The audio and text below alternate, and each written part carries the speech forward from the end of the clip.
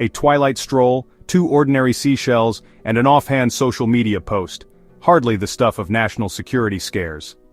Yet by sunrise, the Trump administration was hinting that former FBI Director James Comey had issued a coded death threat and deserved arrest.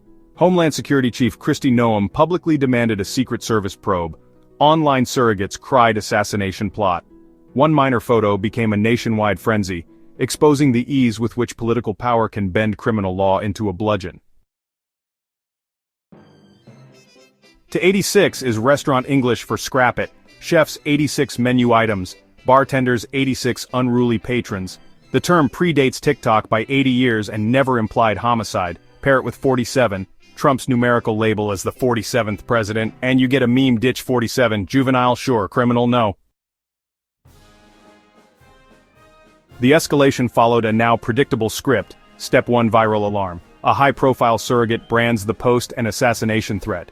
Within hours, cable panels repeat the claim under the "some critics say" banner. Step 2 official echo White House allies tout grave concerns, signaling that federal agencies could intervene. This converts speculation into pseudo-fact. If DHS is looking, there must be something there. Step 3 procedural theater. Even a preliminary inquiry, subpoenas, witness interviews, creates smoke thick enough to hide the absence of fire. Headlines shift from "is there a threat?" to "how serious is the threat?" The brilliance, or cynicism, is that nothing needs to stick in court. A grand jury subpoena is enough to trigger legal fees, lost wages, and public doubt. When the case collapses months later, the financial and reputational damage is already baked in. Ask anyone who's tangled with a federal probe, from civil rights activists of the 1960s to whistleblowers in the 2020s. Retaining a white-collar defense lawyer in Washington can start at $1,000 an hour. Complex matters devour hundreds of billable hours, easily 6 figures. Even if pro bono counsel steps in for a marquee defendant like Comey, staff time, travel, and expert witnesses still cost. Then there's the soft damage: speaking gigs canceled, book contracts paused, family life frozen around depositions and dark-eyed strategy calls. The late Reverend John Lewis called these tactics the noise of democracy. Critics counter that weaponized litigation is closer to 21st century McCarthyism, legal process as punishment. The FBI once labeled Martin Luther King Jr. a national security threat, wiring his hotel rooms and urging him to quit public life. In the 1980s, the Reagan administration indicted peace activists for displaying forbidden protest flags at the White House fence. United States v. Grace narrowed those limits. Each case teaches the same lesson: broad security mandates plus partisan zeal equals civil liberties erosion. Critics note that while Comey's seashells sparked federal interest, Donald Trump's own 2024 post, a photo wielding a baseball bat beside Manhattan DA Alvin Bragg, drew no comparable inquiry from his Justice Department. Legally, the bat image aligns more closely with precedents that have yielded indictments. The disparity highlights a core danger: threat statutes become elastic when enforcement hinges on who holds power rather than what the law says. Abuses still meet resistance. In 2024, Judge Yvonne Gonzalez-Rogers chastised DOJ attorneys for willful bad faith after they pressed dubious immigration crime charges in Abrego Garcia. Her order referred 2 prosecutors for bar disciplinary review, a potential career ender. Similar rebukes in the Flynn and Stone sagas showed that federal judges can and do punish politically warped prosecutions. But each reprimand arrives only after defendants bleed time and treasure. Enter Ed Martin, appointed to lead a new commission on government overreach.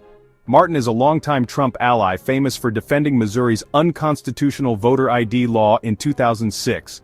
Critics compare his placement to putting a fox in charge of the henhouse. Congressional committees often deadlock along party lines, leaving the judiciary as the lone active check, and judges cannot initiate cases, they can only react. That vacuum lets intimidation flourish. When public figures see process weaponized, they self-censor. Activists strip sarcasm from tweets, journalists hedge language, ordinary citizens retreat from protests. Democratic discourse shrinks, one chilling anecdote at a time. No, the code understanding slang versus threat doctrines drains sensational claims of their punch. Share accurate definitions, Misinformation survives on ignorance. Document everything: screenshots, metadata, context notes. These form a factual shield when narratives twist. Lawyer up early rapid counsel. Even a brief consult can deter phishing expeditions. Legal aid networks like the ACLU or Reporters Committee often advise at no cost. Support defense funds. Collective financing neutralizes the cost weapon. The success of bail funds during 2020 protests proves that distributed dollars blunt institutional might. Vote and volunteer. Ultimately, personnel is policy. Elect watchdog-minded prosecutors, AGs, legislators. Volunteer for court monitoring programs that spotlight misuse. History shows that democracies don't crumble overnight. They erode through small, normalized abuses. A subpoena here, a chilling headline there. Today it's Seashells. Tomorrow it could be your retweet, your protest placard, your podcast joke. Staying informed about the law, the language, the costs, is the first defense against officials eager to equate dissent with danger.